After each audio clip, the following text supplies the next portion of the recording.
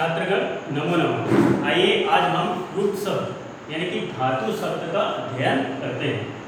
Root word English में बोलते हैं रूट, ROOT रूट वर्ड।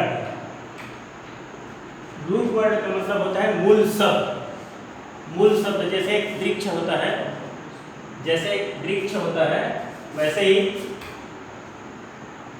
वृक्ष के अलग अलग भाग होते हैं। जैसे वृक्ष में पत्ता होता है, फल होता है, फूल होता है, शाखा होता है, तना होता है, और क्या होता है उस वृक्ष का, और क्या होता है जैसे ये वृक्ष हो गया, वृक्ष में फल फूल लगा हुआ है, पत्ता है और ये मुख्य तना है। तना के नीचे में क्या होता है, जड़ होता है। जड़ से ही पेड़ बनता है, पेड़ से फल फूल पत्ते आदि निकलते हैं। ये जो जड़ होता है इसी को हम बोलते हैं रूट। इसको मूल भी बोलते हैं। मूल, मूल का मतलब होता है जड़। मूल का अर्थ होता है जड़, और जड़ से ही पेड़ बनते हैं और पेड़ में फल फूल पत्ते आदि निकलते हैं। तो ये इसका मूल क्या है, जड़ है। तो आइए हम उस रूट वर्ड को समझते हैं। Root, ROOT root word. Root word इसका मतलब होता है मूल शब्द। मूल शब्द इंग्लिश में रूट वर्ड, हिंदी में मूल शब्द, और संस्कृत में इसे कहते हैं धातु। धातु का अर्थ होता है रूट वर्ड। तो रूट वर्ड कोई भी शब्द का रूट वर्ड बनता है क्रिया शब्द। क्रिया शब्द अर्थात हम कोई भी कार्य जैसे करते हैं, जैसे पढ़ना, लिखना, उठना, बैठना, सोना, जागना आदि शब्द क्या है, मूल शब्द है। मूल शब्द से ही और दूसरे शब्दों की उत्पत्ति होती है। जैसे यहाँ पर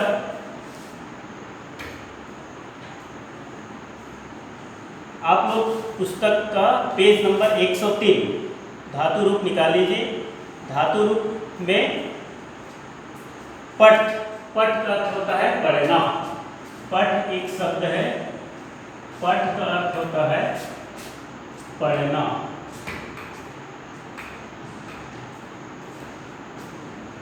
पठ एक मूल शब्द है और उसका अलग अलग रूप बनता है। तो पेज नंबर 103 में देखिए, पठ का धातु रूप दिया है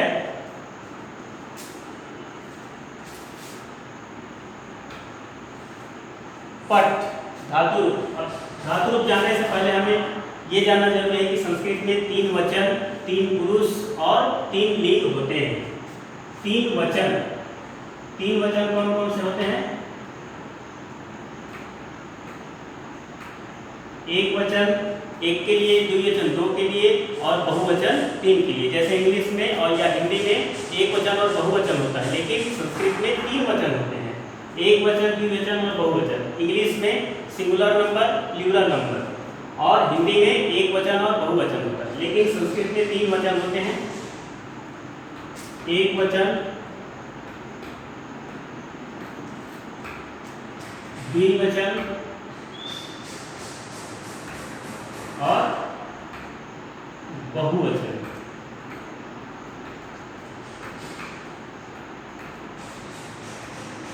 संस्कृत में 3 वचन होते हैं, एक वचन, द्विवचन और बहुवचन। उसी तरह से पुरुष, पुरुष अर्थात पर्सन,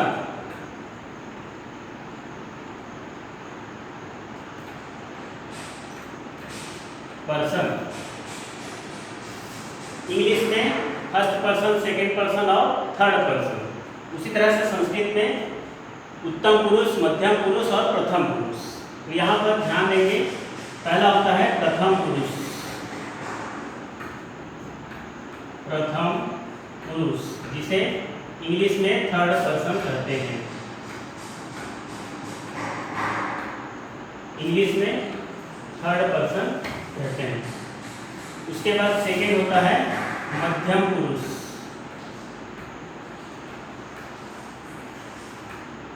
मध्यम पुरुष को इंग्लिश में सेकेंड पर्सन कहते हैं। उसके बाद होता है थर्ड उत्तम पुरुष।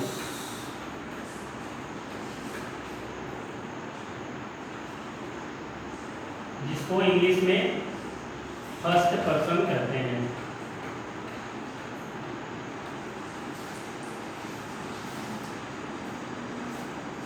तीन वचन, एक वचन, द्विवचन और बहुवचन। पुरुष, पुरुष अर्थात पर्सन, प्रथम पुरुष, मध्यम पुरुष, उत्तम पुरुष। एक वचन एक के लिए होता है, द्विवचन दो के लिए और बहुवचन दो से अधिक। दो से अधिक अर्थात तीन, तीन से जितना भी आगे हो वो बहुवचन होता है। प्रथम पुरुष कौन होता है? ही, सी, इट। प्रथम पुरुष ही, सी, इट अर्थात वह, सह, तव, ते। मध्यम पुरुष यू अर्थात आप या तुम। उत्तम पुरुष आई, वी अर्थात मैं या हम। ये हो गया वचन और पुरुष। तो तीन वचन और तीन पुरुष हो गए। इसमें ध्यान देना है कि एक वचन में एक के लिए होता है, जैसे वह एक पुस्तक है, वह एक पुस्तक है। जैसे यहाँ पर एक चाक है, एक चाक, एक वचन। अब मैंने दो चाक ले लिया तो ये हो गया द्विवचन, और तीन ले लिया या तीन से अधिक चाक ले लिया तो ये हो गया बहुवचन। अर्थात एक वचन में एक, द्विवचन में दो और बहुवचन में दो से अधिक अर्थात तीन या तीन से अधिक। पर्सन, फर्स्ट पर्सन कौन होता है? प्रथम पुरुष, ये थर्ड पर्सन वह। जैसे मैं एक वाक्य बोलूंगा, सह गच्छति अर्थात वह जाता है। प्रथम पुरुष सह गच्छति, वह जाता है। मध्यम पुरुष त्वं गच्छसि, तुम जाते हो अर्थात यहाँ पर तुम का प्रयोग हुआ या यू का प्रयोग हुआ, त्वं गच्छसि। उत्तम पुरुष अहम गच्छामि अर्थात मैं जाता हूँ। उत्तम पुरुष में होता है अहम गच्छामि अर्थात मैं जाता हूँ। ये हो गए तीन वचन और तीन पुरुष। अब उसके बाद देखते हैं लकार।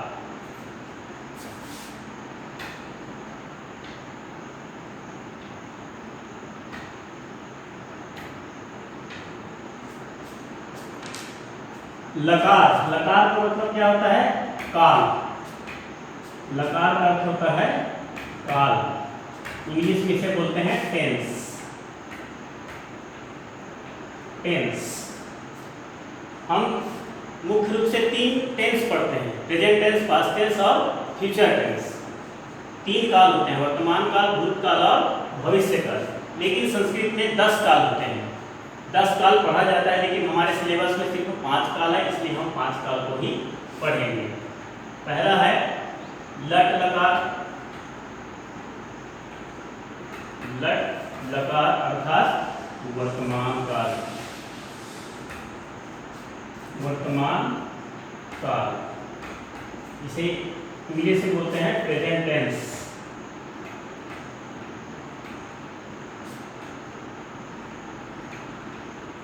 Present tense. लट लकार वर्तमान काल, प्रेजेंट टेंस अर्थात लट लकार का अर्थ होता है वर्तमान काल, जो वर्तमान काल में क्रिया होती है। जैसे मैं पढ़ रहा हूँ, मैं खा रहा हूँ, मैं लिख रहा हूँ, मैं जा रहा हूँ, इस तरह के वाक्य लट लकार के वाक्य होते हैं। उसके बाद दूसरा होता है लंग लकार। लंग लकार यानी कि पास्ट टेंस, भूतकाल।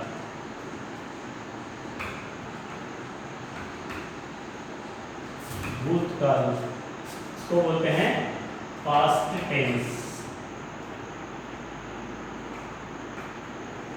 भूतकाल यानी कि लंग लकार। लंग लकार का अर्थ होता है भूतकाल, इंग्लिश में बोलते हैं पास्ट टेंस।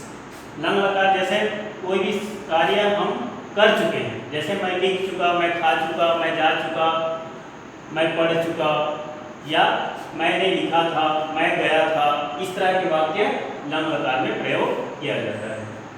तीसरा है लिट लकार। लिट लकार अर्थात भविष्यत काल। भविष्य काल, इसे इंग्लिश में बोलते हैं फ्यूचर टेंस।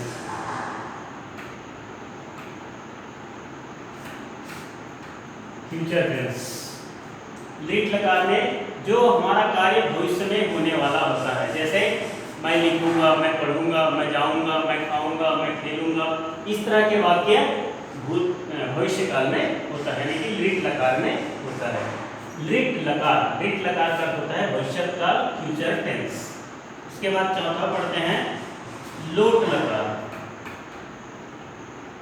लोट लकार इसको बोलते हैं आज्ञा काल। आज्ञा काल या आज्ञार्थक काल, जिसमें आदेश देना और आदेश लेना होता है। जैसे क्या मैं अंदर आ सकता हूँ, क्या मैं बाहर जा सकता हूँ, क्या मैं बुक ले सकता हूँ, मतलब किसी से हम कोई चीज़ आदेश देते हैं। जैसे क्लास में बैठे रहते हैं तो हम बाहर जाने की अनुमति लेते हैं, can I go out, can I go to, फिर मैं वाटर बॉटल, इस तरह के वाक्य लोट लकार में होता है। इसको हम बोलते हैं इंपेरेटिव टेंस। Imperative tense. उसके बाद फिफ्थ है विधि लिंग।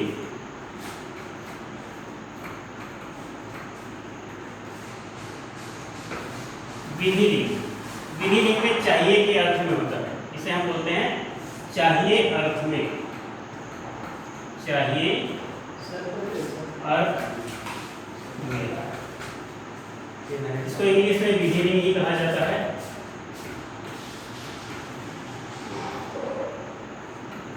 इंग्लिश में इसे विधि लिंग ही कहा जाता है।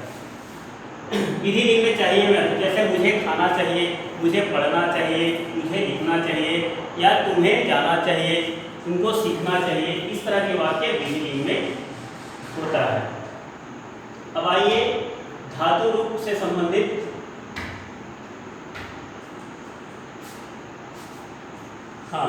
देखिए धातु रूप पेज नंबर 103। यहाँ पर दिया है विभक्ति वचन, विभक्ति दिया है और वचन दिया है, एक वचन, द्विवचन और बहुवचन।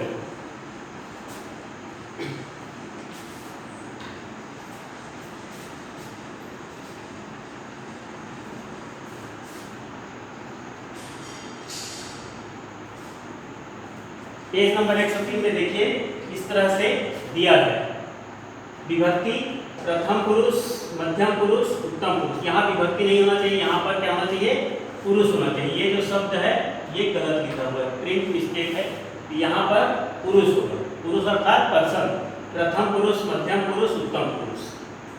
एक वचन में दिया है पठति, द्विवचन में पठतः, बहुवचन में पठन्ति। उसके बाद मध्यम पुरुष में पठसि, पठथः, पठत। उत्तम पुरुष में पठामि, पठावः, पठामः। यहाँ पे देखिए पठति, पठति का अर्थ होता है वह पढ़ता है। यदि हम यहाँ पर वाक्य बनाएंगे तो यहाँ लिखेंगे सह पठति। सह पठति अर्थात वह पढ़ता है, वह एक पढ़ता है। उसके बाद है पठतः, पठतः द्विवचन है इसलिए दो पढ़ते हैं। और पठन्ति, पठन्ति का अर्थ होता है बहुत सारे पढ़ते हैं अर्थात दो से अधिक पढ़ते हैं, या सब पढ़ते हैं, ऐसा भी कर सकते हैं। मध्यम पुरुष पठसि, यहाँ पर हम वाक्य बनाएंगे तो त्वम पठसि अर्थात तुम पढ़ते हो, तुम पढ़ते हो। पठथः, तुम दोनों पढ़ते हो। पठत, तुम सब पढ़ते हो। उत्तम पुरुष पठामि अर्थात अहम पठामि, मैं पढ़ता हूँ। आवाम पठावः, हम दोनों पढ़ते हैं। वयम पठामः, हम सब पढ़ते हैं। इसका एक आधारित रूप होता है जिसे हम अभी समझाएंगे। सबसे पहले ये लट लकार का धातु रूप है। लट लकार में पठति, पठता, पठन्ति, पठसि, पठतः, पठत, पठामि, पठावा, पठामः, इस तरह से बोला जाता है। उसके बाद है नीचे में लीट लकार। लेकिन वर्तमान काल को हम पहले समझते हैं, वर्तमान काल के बाद लीट लकार अर्थात भविष्य काल को समझेंगे।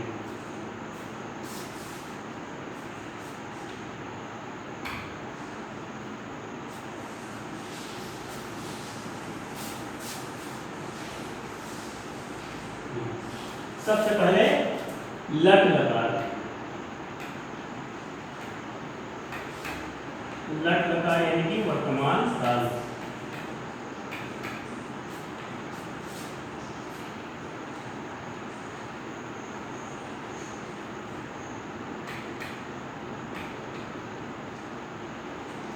यहाँ पे धातु रूप, धातु किसका बनता है? धातु रूप किसी भी क्रिया शब्द का, क्रिया शब्द जैसे पढ़ना, लिखना, खेलना, खाना आदि बहुत सारे क्रिया शब्द है। जितने भी क्रिया शब्द है सभी का धातु रूप बनता है। पढ़ना, पढ़ना को संस्कृत में क्या बोलते हैं? पठ, संस्कृत में पठ। लिखना को लिख, खेलना को क्रीड, खाना को खाद। यहाँ देखिए पट में हलंत लगा है, लिख में हलंत लगा है, क्रीड में हलंत लगा है, खाद में हलंत लगा है। ये मूल शब्द है। पढ़ना का मूल शब्द है पट, लिखना का मूल शब्द है लिख, खेलना का मूल शब्द है क्रीड, खाना का मूल शब्द है खाद। अब इन्हीं शब्दों को लेकर के हम धातु का रूप बनाएंगे। धातु का अलग अलग रूप बनता है, अलग अलग काल में अलग अलग रूप बनता है। सबसे पहले हम वर्तमान काल में लिखेंगे। वर्तमान काल में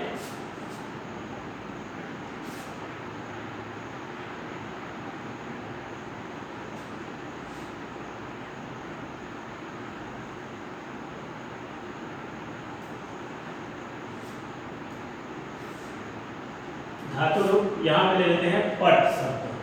पट, पट का अर्थ होता है पढ़ना, पढ़ना। जैसे हम हिंदी में बोलेंगे मैं पढ़ता हूँ, मैं लिखता हूँ, मैं पढ़ता हूँ, वह पढ़ता है, तुम पढ़ते हो। तो सबसे पहले हमें पुरुष, पुरुष कौन कौन सा होता है? संस्कृत में प्रथम पुरुष को पहले लिखा जाता है, जिसको इंग्लिश में थर्ड पर्सन कहते हैं। प्रथम पुरुष, उसके बाद मध्यम पुरुष,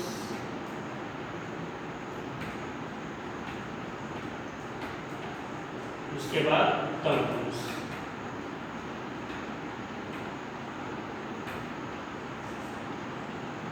सबसे पहले हम प्रथम पुरुष को समझते हैं। प्रथम पुरुष किसे कहते हैं? अर्थात इसको हम बोलते हैं third person. Third person, third person कौन होता है? वह।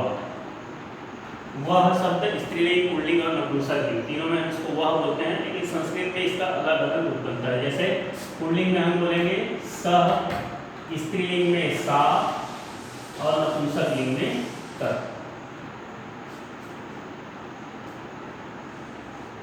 ये तीनों का अर्थ होता है वह। प्रथम पुरुष कौन होता है? सह, सा, तत्। ये तीनों का अर्थ होता है वह। अर्थात जैसे इंग्लिश में क्या होगा? ही, इसका मतलब हो जाएगा ही, इसका मतलब हो जाएगा सी और इसका मतलब हो जाएगा इट। He, C, it. अर्थात सह का मतलब ही, सा का मतलब सी, तत् का मतलब इट। इट जो नपुंसकलिंग के लिए होता है। मध्यम पुरुष, मध्यम पुरुष में होता है यू, अर्थात सेकेंड पर्सन। सेकेंड पर्सन कौन होता है? यू, अर्थात तुम। यू अर्थात तुम या आप। इसको इंग्लिश में बोलते हैं यू, संस्कृत में बोलते हैं त्वम। त्वम या भवान, इस तरह के वाक्य शब्द लिखा जाता है। उसके बाद है उत्तम पुरुष। उत्तम पुरुष अर्थात फर्स्ट पर्सन। फर्स्ट पर्सन, इसमें होता है मैं या हम, मैं या हम। सब इंग्लिश में इसको बोलते हैं आई, वी, और संस्कृत में बोलते हैं अहम। संस्कृत में होता है अहम।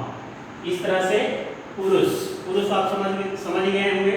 प्रथम पुरुष थर्ड पर्सन होता है ही सी इट अर्थात वह, सह सा तत्। मध्यम पुरुष होता है सेकेंड पर्सन, तुम आप अर्थात यू, संस्कृत में बोलते हैं तुम। उसके बाद है उत्तम पुरुष। उत्तम पुरुष इसको फर्स्ट पर्सन बोलते हैं, इसमें होता है मैं या हम। इंग्लिश में बोलते हैं आई बी अर्थात अहम। अहम का मतलब होता है मैं, उत्तम पुरुष। ये समझ में आया होगा सबको।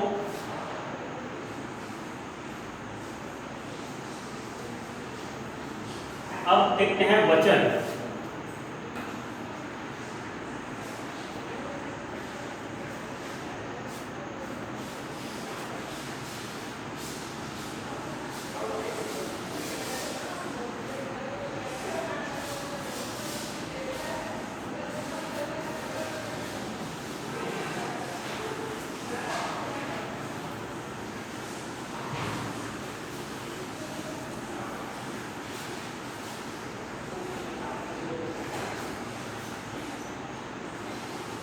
यहाँ पे मैं लिख देता हूँ एक वचन, द्विवचन और बहुवचन। सबसे पहले हम कर्ता का रूप देखते हैं। कर्ता का रूप, इसको हम काट देते हैं। इसको कर्ता का रूप समझने के बाद हम क्रिया के रूप को वर्णन करेंगे। कर्ता के रूप, कर्ता अर्थात कार्य को करने वाला, जो पर्सन कार्य को करता है, कोई भी पर्सन हो, चाहे थर्ड पर्सन हो, सेकंड पर्सन हो या फर्स्ट पर्सन हो, ये जो कोई भी कार्य को करता है उसी को बोलते हैं कर्ता। कार्य को करने वाले को कहते हैं कर्ता। एक वचन कर्ता, वह अर्थात संस्कृत में हम इसको बोलते हैं सह। संस्कृत में सह, इसका द्विवचन होगा तव, सह तव। उसके बाद बहुवचन में ते। सह का अर्थ होता है वह एक, तव का अर्थ होता है वह दो, और ते का अर्थ होता है वे सब। सह का अर्थ होता है वह एक, तव का वे दोनों या वह दो, वे दो या वह दोनों, वे दोनों। और ते का अर्थ होता है वे सब या वह सब। प्रथम पुरुष यही होता है सह तव ते। उसके बाद होता है मध्यम पुरुष। मध्यम पुरुष कौन होता है? त्वम। त्वम अर्थात तुम, त्वम अर्थात तुम या आप। उसके बाद होता है युवाम। त्वम युवाम मतलब तुम दोनों या आप दोनों, आप दो, आप दोनों। उसके बाद होता है यूयम। यूयम का अर्थ होता है आप सब या तुम सब, आप सब या तुम सब। यहाँ देखिए त्वम, युवाम और यूयम। त्वम, युवाम, यूयम अर्थात तुम दोनों और तुम सब। यहाँ एक वचन है, तुम एक वचन अर्थात तुम, द्विवचन तुम दोनों, बहुवचन तुम सब। ये हो गया सेकेंड पर्सन। उसके बाद है उत्तम पुरुष फर्स्ट पर्सन। फर्स्ट पर्सन में क्या होता है? अहम। अहम, अहम मतलब होता है मैं, अहम मतलब मैं। आवाम, इसका द्विवचन होता है आवाम। अहम का द्विवचन होता है आवाम। आवाम मतलब हम दोनों या हम दो। और उसके बाद बहुवचन होता है वयम। वयम का अर्थ होता है हम सब। वयम का अर्थ होता है हम सब। अहम, आवाम, वयम अर्थात ये कर्ता का रूप है। यदि हम कोई भी क्रिया का रूप इसमें लिखेंगे तो कर्ता को सबसे पहले लिखना पड़ता है। जैसे यहाँ पे दिया है पठति शब्द, पठ धातु का प्रथम पुरुष एक वचन दिया है यहाँ पर पठति, तो यहाँ पे सह पठति लिखेंगे तो वह क्या होगा? इसका अर्थ वह पढ़ता है। तव पठतः, वे दोनों पढ़ते हैं। ते पठन्ति, वे सब पढ़ते हैं। त्वम पठसि, युवाम पठतः, यूयम पठत। तुम पढ़ते हो, तुम दोनों पढ़ते हो, तुम सब पढ़ते हो। अहम पठामि अर्थात मैं पढ़ता हूँ। अहम पठामि अर्थात मैं पढ़ता हूँ। आवाम पठाओ हम दोनों पढ़ते हैं। आवाम पठावा हम दोनों पढ़ते हैं। वयम पठामः अर्थात हम सब पढ़ते हैं। ये हो गया कर्ता का रूप। जैसे कर्ता का रूप रहेगा वैसे उसका क्रिया का रूप भी होता है। तो यहाँ पर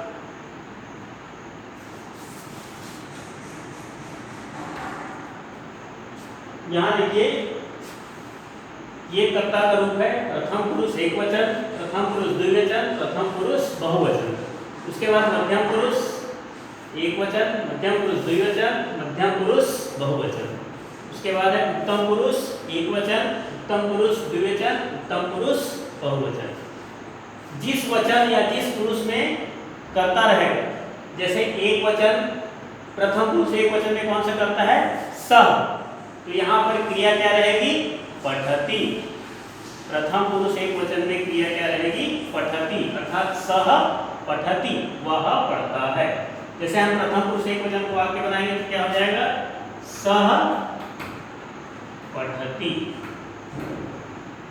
और द्विवचन का वाक्य बनाएंगे तो तौ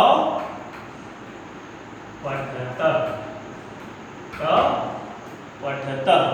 और बहुवचन का वाक्य बनाएंगे तो ते पठन्ति, ते पठन्ति। यहाँ पे आप बुक में ध्यान से देखिए, पठति पठतः पठन्ति अर्थात एक वचन, द्विवचन और बहुवचन ये प्रथम पुरुष के वाक्य हैं। सह पठति वह पढ़ता है, तौ पठतः वे दोनों पढ़ते हैं, ते पठन्ति वे सब पढ़ते हैं।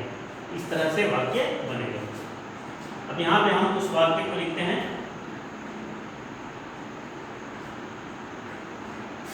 कर्ता का रूप आप सबको समझ में आ गया होगा। अब यहाँ पे क्रिया का रूप लिखेंगे। ये कर्ता का रूप है। कर्ता का रूप एक ही बार लिखना पड़ेगा, उसके बाद क्रिया के रूप को अलग अलग लिखना पड़ेगा।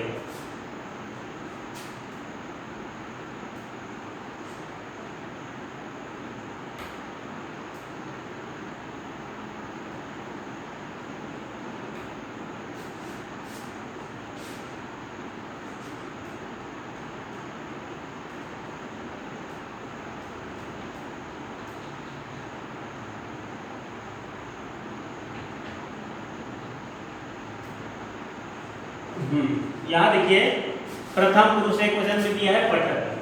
प्रथम पुरुष एक वचन हम यहाँ पे लिखेंगे पठति। ये हो गया पठति। अब इसका अर्थ हो जाएगा सह पठति। सह पठति अर्थात वह पढ़ता है। तौ पठतः, तौ पठतः वे दोनों पढ़ते हैं या वह दो पढ़ते हैं। उसके बाद ते पठन्ति, ते पठन्ति वे सब पढ़ते हैं। उसके बाद मध्यम पुरुष त्वम पठसि। यहाँ देखिए मध्यम पुरुष में लिखा हुआ है त्वम पठसि, एक वचन में लिखा है पठसि, तो हम यहाँ पे इसको पठसि को यहाँ लिख देते हैं। ये क्या हो जाएगा? त्वम पठसि अर्थात तुम पढ़ते हो, तुम पढ़ते हो। युवाम पठतः, पठतः युवाम पठतः तुम दोनों पढ़ते हो। यूयम पठत, पठत पठत तुम सब पढ़ते हो। उसके बाद है उत्तम पुरुष अहम पठामि, अहम पठामि अर्थात मैं पढ़ता हूँ। अहम पठामि का मतलब होता है मैं पढ़ता हूँ। उसके बाद आवाम पठावा, आवाम पठावा हम दोनों पढ़ते हैं। वयम पठामः, वयम पठामः हम सब पढ़ते हैं। अहम पठामि अर्थात मैं पढ़ता हूँ। आवाम पठावा अर्थात हम दोनों पढ़ते हैं। वयम पठामः अर्थात हम सब पढ़ते हैं। अर्थात ये वाक्य जो है लट लकार के वाक्य बन गए। ये लट लकार के वाक्य बन गए। अब हमें लिट लकार के वाक्य बनाने हैं। तो लिट लकार के वाक्य कैसे बनाएंगे? जैसे मैं जाता हूँ वर्तमान काल शब्द है, मैं जाऊँगा भविष्यत काल है, मैं गया था भूतकाल है। तो हम यहाँ पर ये जो कर्ता का रूप है सेम रहेगा, कर्ता का रूप क्या है ऐसा ही रहेगा, सिर्फ क्रिया का रूप बदल जाएगा। यहाँ पे पठति की जगह में क्या हो जाएगा पठिष्यति, पठिष्यति यानी कि पढ़ेगा, पठता की जगह में पठिष्यथ, पठिष्यतः, पठिष्यतः, उसके बाद पठिष्यन्ति। अर्थात यहाँ पर सिर्फ क्रिया का रूप चेंज होगा, कर्ता वही रहेगा, कर्ता क्या रहेगा वही रहेगा, सिर्फ क्रिया का रूप बदल जाएगा। जैसे ये वर्तमान काल है, वर्तमान काल में पठति पठता पठन्ति है, भविष्य काल में क्या हो जाएगा पठिष्यति पठिष्यतः पठिष्यन्ति, ठीक है, पठिष्यसि पठिष्यथः पठिष्यत्। इस तरह से ये भविष्य काल में ये धातु ये जो क्रिया रूप है वह बदल जाएगा। आइए अब यहाँ देखते हैं भविष्य काल के वाक्य बनाते हैं।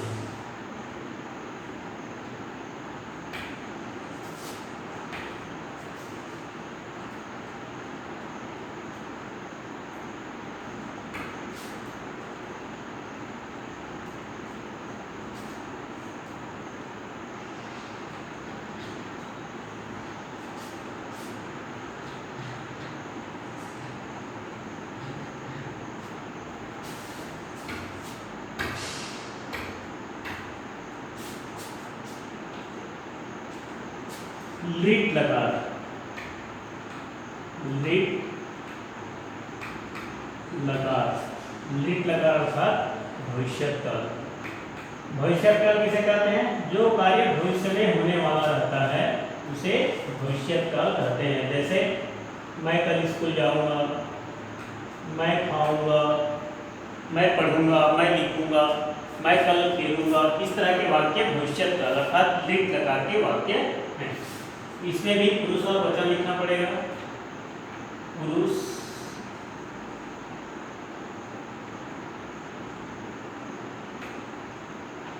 प्रथम पुरुष,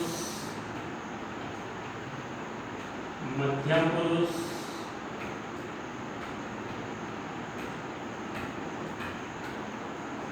उत्तम पुरुष,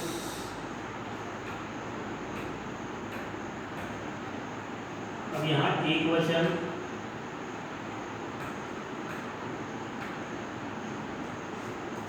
द्विवचन,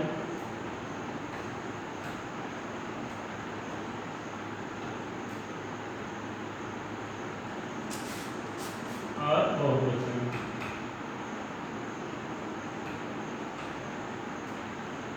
लिट लकार में क्या लिखा है? पठिष्यति। पठिष्यति का अर्थ होता है वह पढ़ेगा। तो मैं यहाँ पर कर्ता के साथ लिख दे रहा हूँ। कर्ता क्या है? सह, और क्रिया क्या है? पठिष्यति, पठिष्यति, वह पढ़ेगा। सह पठिष्यति अर्थात वह पढ़ेगा। द्विवचन में क्या होगा? तौ पठिष्यतः, तौ पठिष्यतः अर्थात वे दोनों पढ़ेंगे। बहुवचन में क्या होगा? ते पठिष्यन्ति, ते पठिष्यन्ति अर्थात वे सब पढ़ेंगे। इस तरह से मध्यम पुरुष में त्वं पठिष्यसि, त्वं पठिष्यसि अर्थात तुम पढ़ोगे। त्वं पठिष्यसि का अर्थ होता है तुम पढ़ोगे। युवां पठिष्यत्, युवां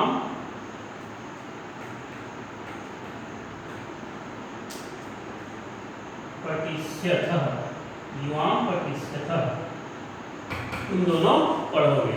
उसके बाद यूयं,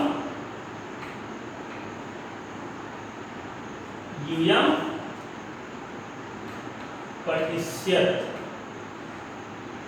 यूयं पठिष्यत् तुम सब पढ़ोगे। उसके बाद उत्तम पुरुष है अहं पठिष्यामि, अहं पठिष्यामि। आवां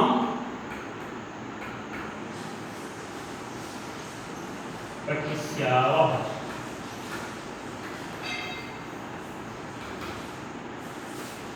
वयं पठिष्यामः।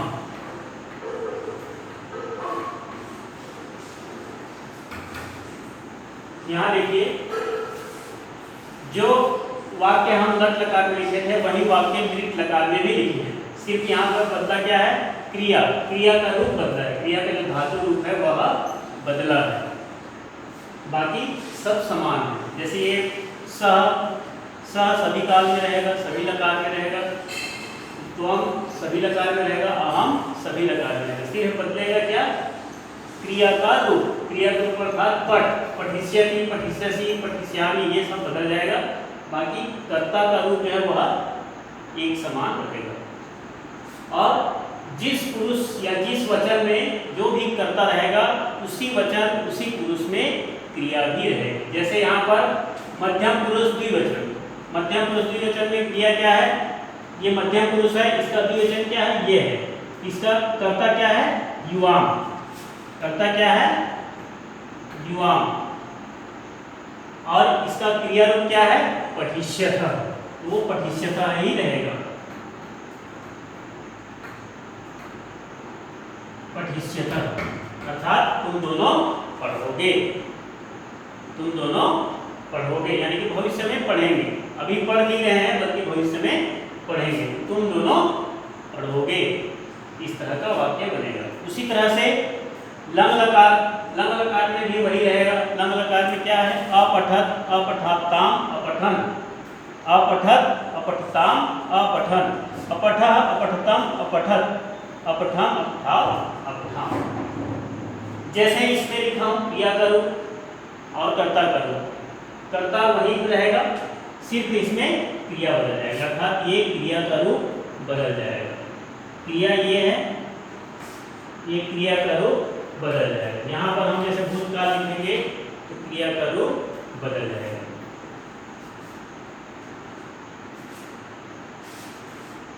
कर्ता वही रहेगी, सिर्फ क्रिया चल जाएगी, काल अलग होगा तो क्रिया अलग होगा, काल के अनुसार क्रिया होती है लेकिन कर्ता वही रहता है। जैसे वह की जगह में वह ही लिखेंगे, दूसरा कुछ नहीं लिखेंगे। सह पठिष्यति, तो यहाँ पर भविष्य काल में क्या लिखेंगे, भूतकाल में क्या लिखेंगे, सह अपठत, सह अपठत अर्थात वह पढ़ चुका या वह पढ़ा। तव अपठताम, तव अपठताम अर्थात वे दोनों पढ़ चुके या वे दोनों पढ़े थे। ते अपठन अर्थात वे सब पढ़ चुके, वे सब पढ़ चुके या वह सब पढ़ चुके। मध्यम पुरुष में त्वम अपठः, त्वम अपठः अर्थात तुम पढ़ चुके। युवाम अपठत थः, युवाम अपठम, इसको मैं लिख के समझा रहा हूं।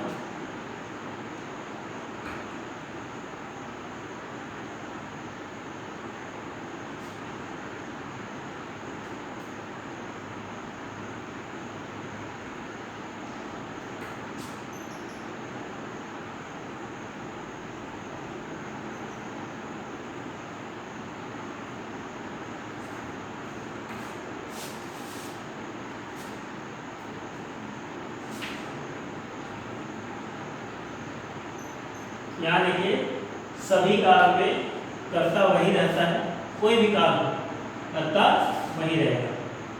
वचन पुरुष अलग अलग हो जाता है, यहाँ पर हम लिखेंगे लंग लकार,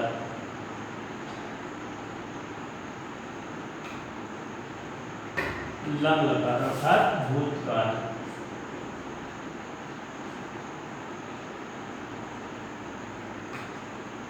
भूतकाल, भूतकाल अर्थात पास्ट टेंस, भूतकाल का अर्थ होता है पास्ट टेंस, जो हमसे कार्य हो चुका है या समय गुजर चुका है, जो गुजरे हुए समय के बारे में हम कहते हैं तो वह होता है भूतकाल। जैसे मैं कल स्कूल गया था, मैं कल चैप्टर 2 पढ़ा था, मैंने कल क्रिकेट खेला था, इस तरह के वाक्य को भूतकाल के वाक्य कहते हैं। जो कार्य हो चुका है, जो कार्य संपन्न हो चुका है, जो समय बीत चुका है, उसे हम भूतकाल कहते हैं। अब यहाँ पे देखिए पुस्तक में प्रथम पुरुष एकवचन में क्या दिया है, अपठत, यहाँ पर प्रथम पुरुष एकवचन हम लिखेंगे कर्ता के बाद अपठत, अपठत, अपठत अर्थात वह पढ़ चुका। सह अपठत, सह अपठत वह पढ़ चुका। अपठत का अर्थ होता है पढ़ चुका।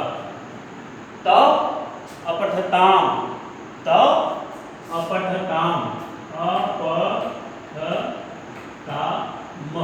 अपठताम, सह अपठत, तो अपठताम, ते अपठन,